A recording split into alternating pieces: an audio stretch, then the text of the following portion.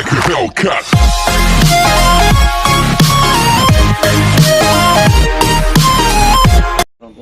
Waalaikumsalam. Nyo nak Tunku Usman Supeni Syeki kagak mengunjungi makam pahlawan nasional Al Mujahid Tengku Cik di Tiro. Di sini yang kita ketahui pina Tengku Wali kita Tengku Muhammad Hasan di Tiro. Kenyan dia kunjungi makam pahlawan katanya Wali Nanggro.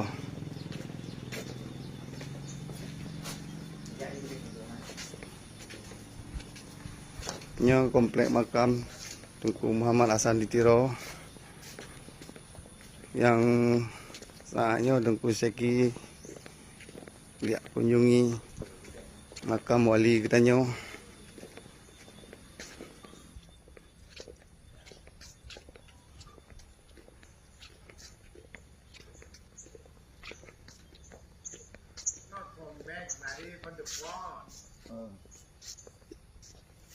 Nyo nak ke lokasi tempat makam beliau. Nyo makam.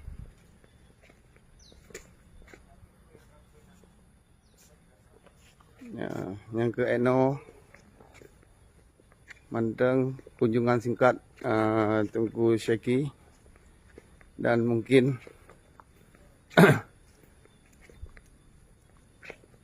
mungkin gapnyan rindu ke wali karena seseorang adalah siro tokoh yang cukup ikhlas dalam memperjuangkan Aceh merdeka, Aceh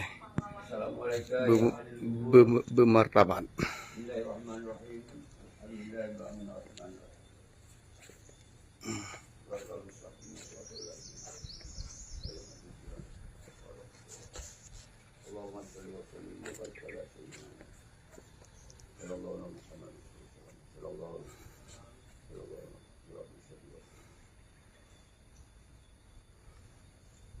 Untuk anda mandang kunjungan singkat Tengku Syeki yang mungkin